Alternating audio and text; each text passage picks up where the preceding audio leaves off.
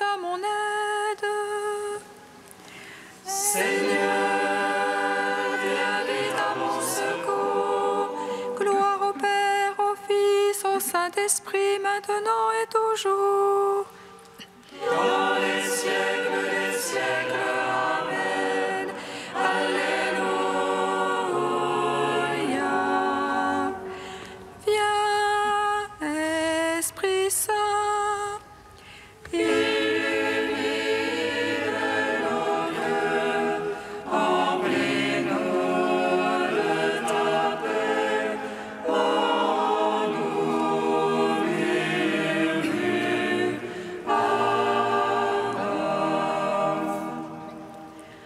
Tu es notre vie, ô Dieu, toi notre joie, feu de tendresse.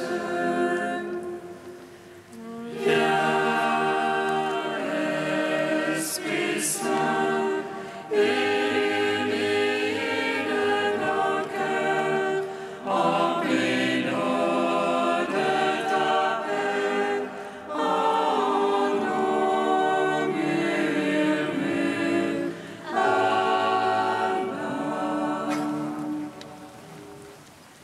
Père, l'heure est venue. Glorifie-moi de la gloire que j'avais auprès de toi avant que fût le monde. Alléluia,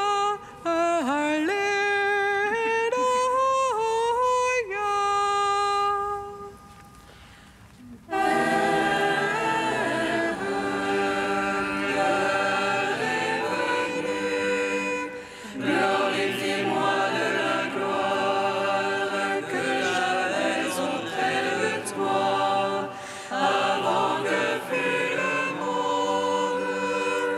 Alléluia, Alléluia.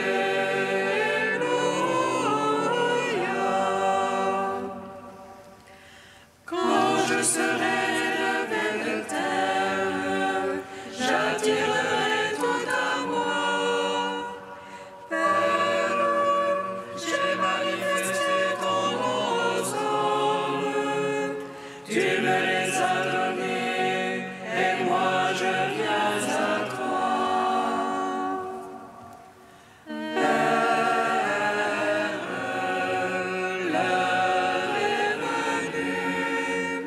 Glorifie-moi de la gloire que j'avais auprès de toi avant que fût le monde. Alléluia, Alléluia.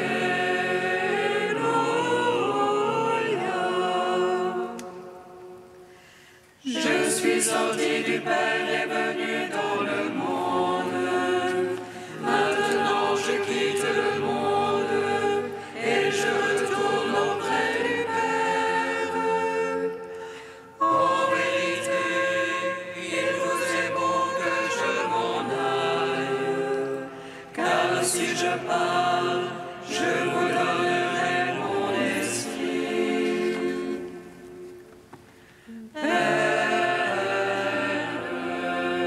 L'heure est venue. Glorifie-moi de la gloire que j'avais auprès de toi avant que fût le monde. Alléluia, Alléluia.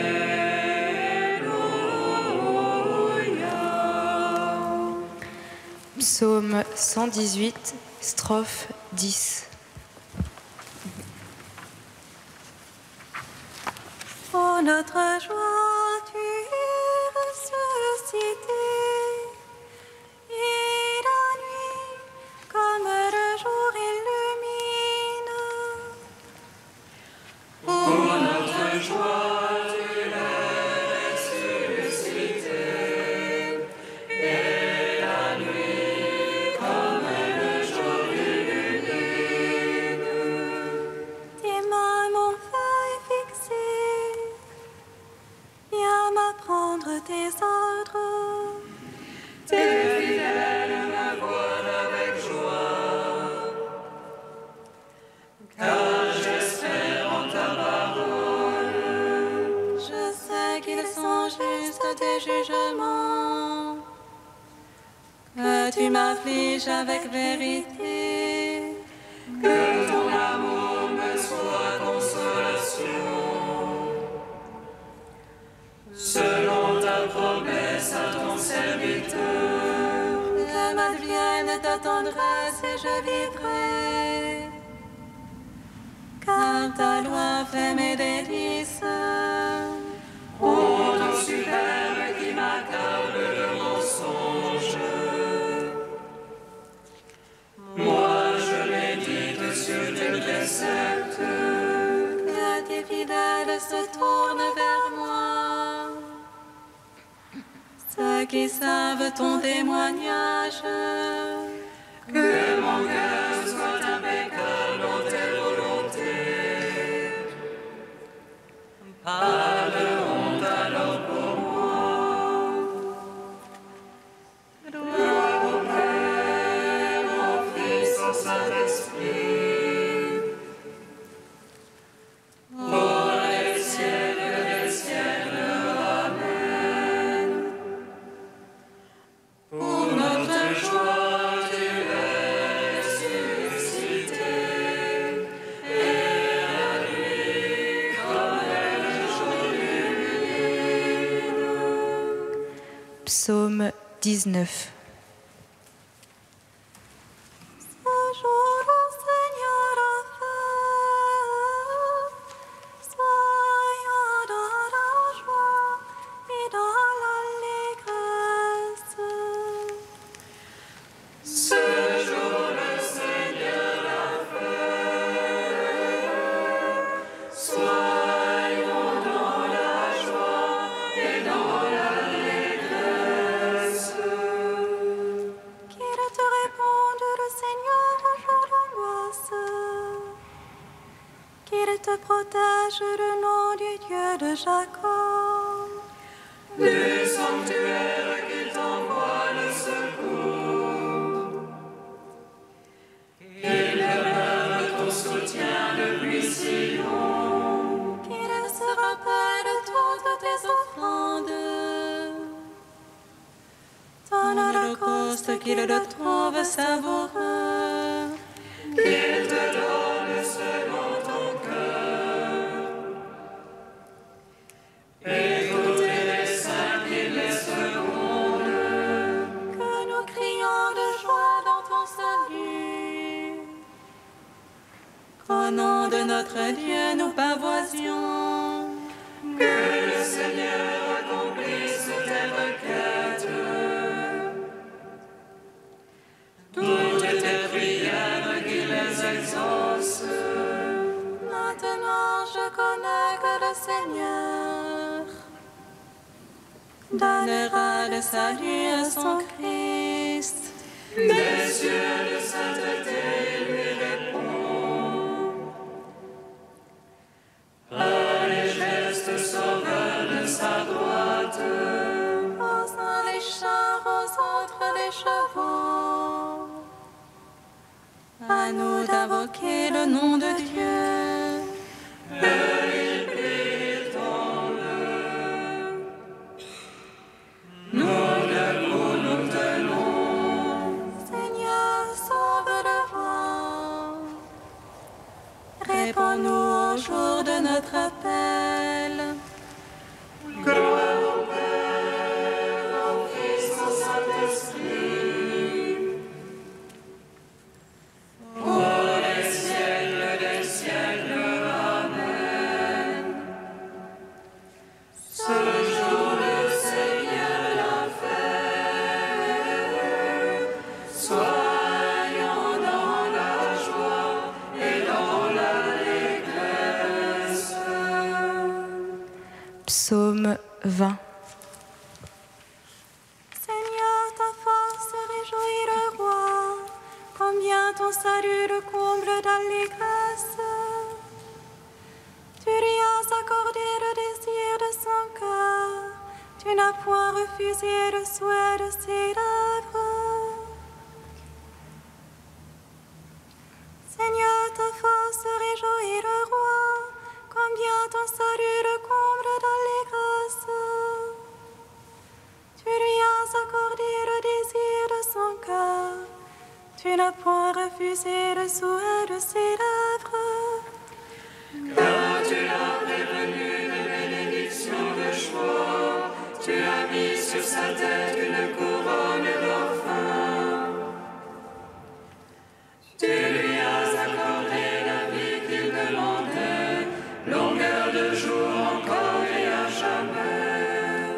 Grande gloire lui fait ton salut, tu as mis sur lui le faste et l'éclat. Oui, tu l'établis en bénédiction pour toujours, tu le réjouis de bonheur près de ta face. Oui, le roi se confie dans le Seigneur, la grâce du Très-Haut le garde du faux pas. Ta main trouvera tous tes adversaires, ta droite trouvera tous tes ennemis. Tu feras d'eux une fournaise de feu au jour de ta face. Le Seigneur les engloutira dans sa colère, et le feu les avalera. Leurs fruits tu l'ôteras de la terre, leur semence d'entre les fils d'hommes. Ont-ils tramé le mal contre toi, mûri leur plan, ils n'auront pas le dessus. Oui, tu leur feras tourner le dos, contre eux tu banderas ton arc. Lève-toi, Seigneur, dans ta force, nous chanterons, nous jouerons pour ta vaillance. Rendons gloire au Père Tout-Puissant, à son Fils Jésus-Christ le Seigneur, à l'Esprit qui habite en nos cœurs, pour les siècles des siècles. Amen. Cantique de Tobie, page 257. Bénissez le Seigneur, vous tous ses élus, fêtez-le, rendez-lui grâce. Jérusalem, ville sainte, le Seigneur t'a châtié pour les œuvres de tes mains. Rends grâce au Seigneur comme il convient, et bénis le roi des siècles. Oh, qu'il relève en toi le sanctuaire, rappelle à toi les exilés, et te donne la joie pour les siècles sans fin. Tu brilleras d'une lumière éblouissante jusqu'aux limites de la terre. De loin viendront vers toi les nations, leurs offrandes dans les mains, adorer le Seigneur en tes murs. Dans ton sol, elles verront un sanctuaire. Chez toi, elles pourront invoquer le nom souverain. Tu seras dans la joie à cause de tes fils, car ils seront bénis et tous rassemblés auprès du Seigneur. Bienheureux ceux qui t'aiment, ceux qui se réjouissent de ta paix. Mon âme bénit le Seigneur, il a sauvé Jérusalem de toutes ses angoisses. Lui, le Seigneur, notre Dieu. Rendons gloire au Père Tout-Puissant, à son Fils Jésus-Christ le Seigneur. À l'Esprit qui habite en nos cœurs, pour les siècles des siècles. Amen.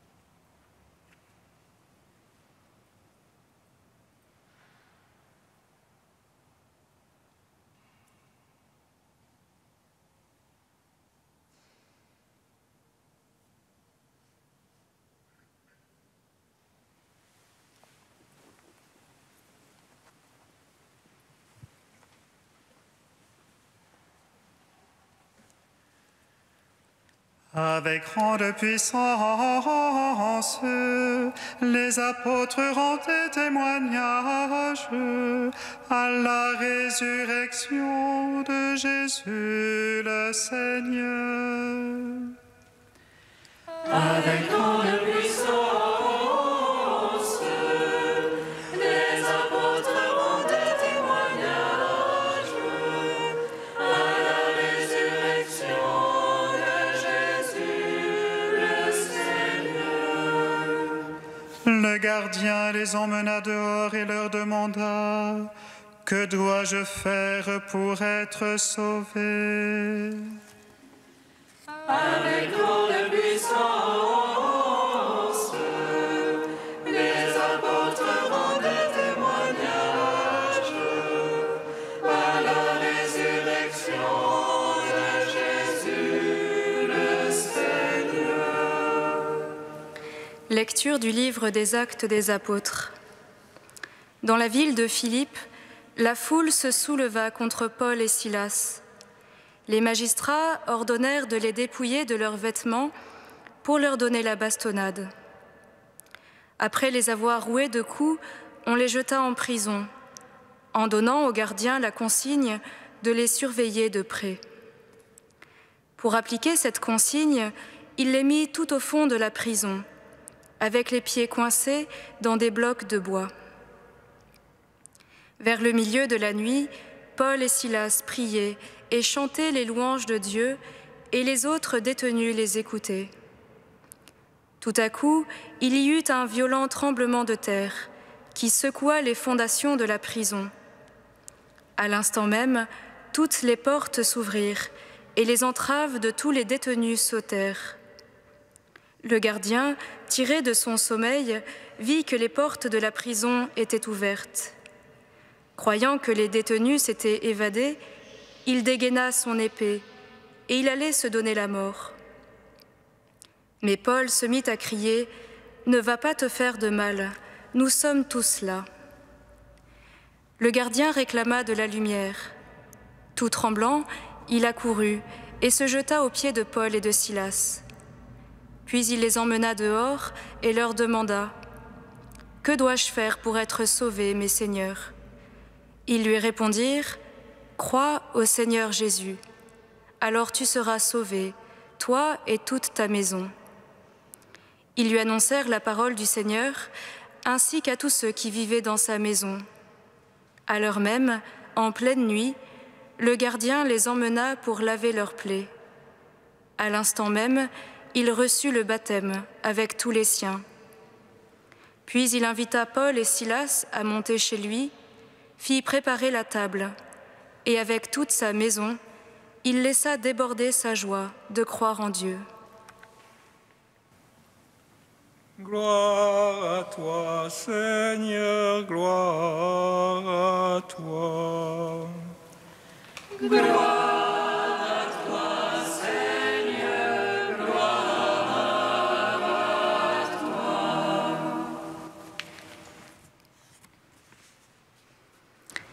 Si un metteur en scène voulait représenter le passage des actes que nous venons d'entendre, il n'aurait pas besoin de beaucoup d'éléments de décor. En fait, je crois qu'un seul lui suffirait. Une porte, si possible lourde, imposante. Une authentique porte de prison, de celles qui ne s'ouvrent pas si facilement, et qu'il placerait bien en évidence au milieu de la scène. Une porte, c'est quelque chose que tout le monde peut comprendre. Cela sert à délimiter deux espaces différents. Ici, le monde des captifs, et là, le monde libre. Du côté des prisonniers, il y aurait donc Paul et Silas, tous deux entravés, avec les fers aux pieds, assis en prière, chantant les louanges de Dieu. De l'autre, le geôlier muni de son lourd trousseau de clés, accessoire indispensable à sa profession, endormi après une dure journée de labeur. Le critère qui permet de distinguer facilement un homme libre d'un prisonnier, c'est justement la porte. Un homme libre n'est pas particulièrement ému par une porte. Qu'elle soit ouverte ou fermée, peu lui importe, puisqu'il en a les clés.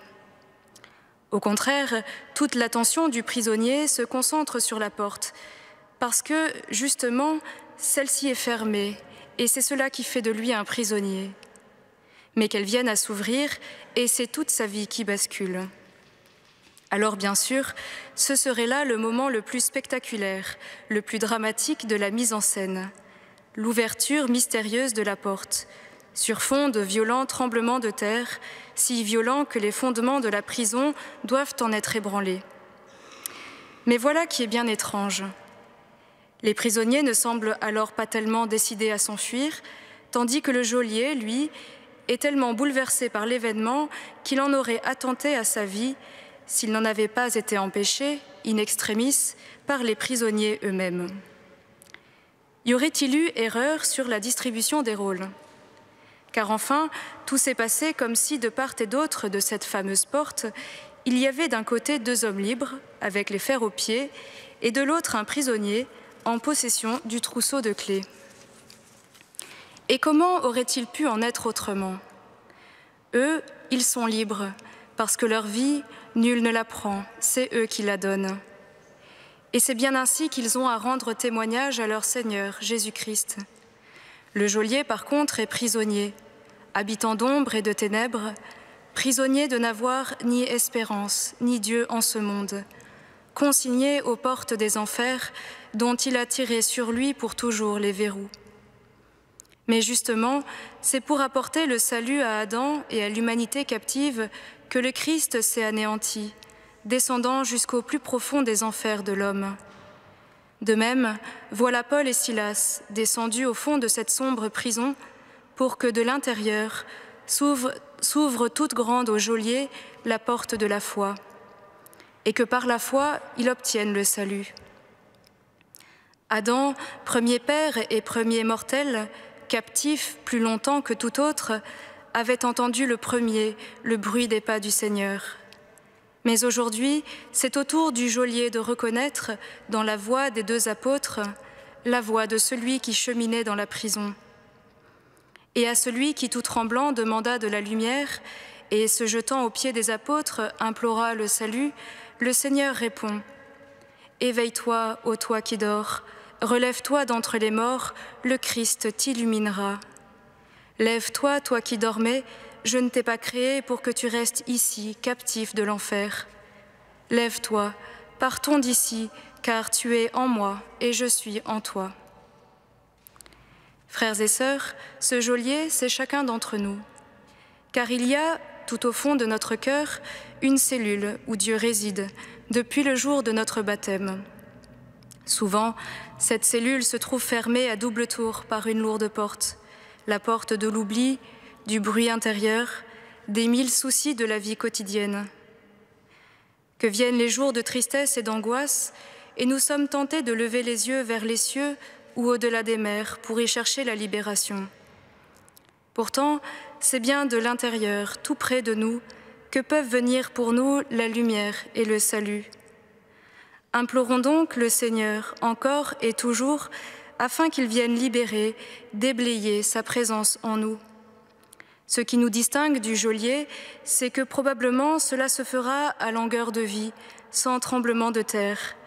Mais il serait bien improbable qu'à la longue, la porte de notre cœur n'en soit pas ébranlée.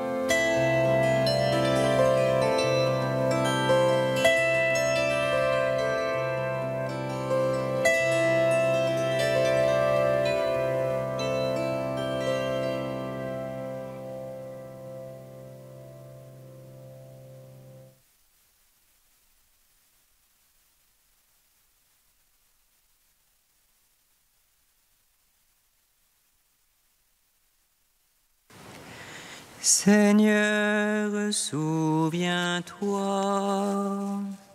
Seigneur, souviens-toi. Seigneur, nous te prions pour que prévale entre les peuples une culture de dialogue, d'écoute et de respect réciproque. Nous te prions plus particulièrement pour les peuples du Moyen-Orient que notre pape François vient de visiter. Que le désir de liberté qui les habite puisse s'épanouir dans un climat de paix. Seigneur, souviens-toi. Seigneur, souviens-toi de notre continent européen et de ses responsables politiques qui engagent leur temps, leur vie familiale, leur force, leur réputation au bénéfice du bien commun. Que leurs décisions soient guidées par l'honnêteté, l'intégrité, l'amour de la vérité. Seigneur, souviens-toi. Par l'intercession de saint Augustin de Canterbury que nous fêtons en ce jour, nous te prions pour nos frères de la communion anglicane. Fais de nos communautés des écoles de charité et de paix. Seigneur, souviens-toi. Dieu saint, saint fort, saint immortel, Alléluia.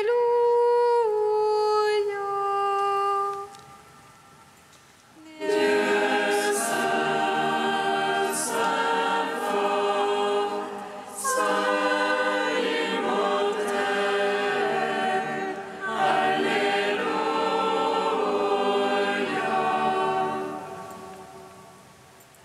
Dieu saint, saint fort, saint immortel, Alléluia.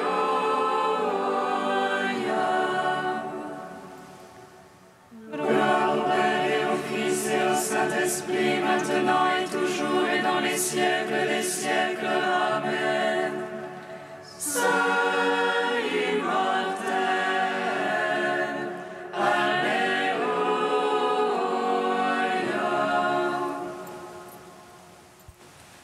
Dieu saint, saint fort, saint immortel,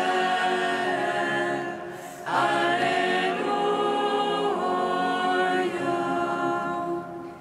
Père, en ton Fils Jésus, tu nous libères de nos prisons intérieures et tu nous rends la liberté, nous te bénissons. Notre Père qui es aux cieux, que ton nom soit sanctifié, que ton règne vienne, que ta volonté soit faite sur la terre comme au ciel.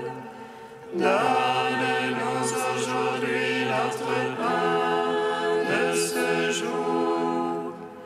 Pardonne-nous nos offenses comme nous pardonnons aussi à ceux qui nous ont offensés.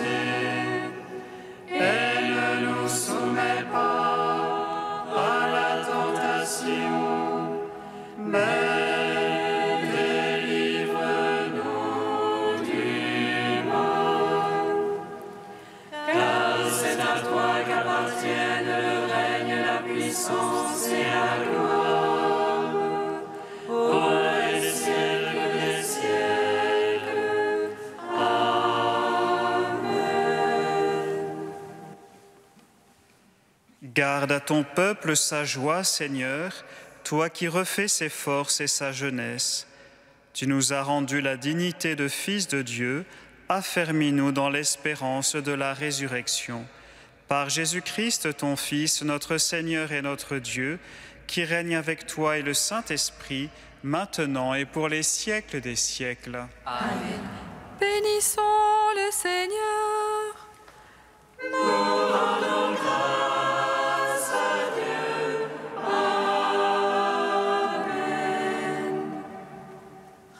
du ciel, réjouis-toi. Alléluia, Alléluia.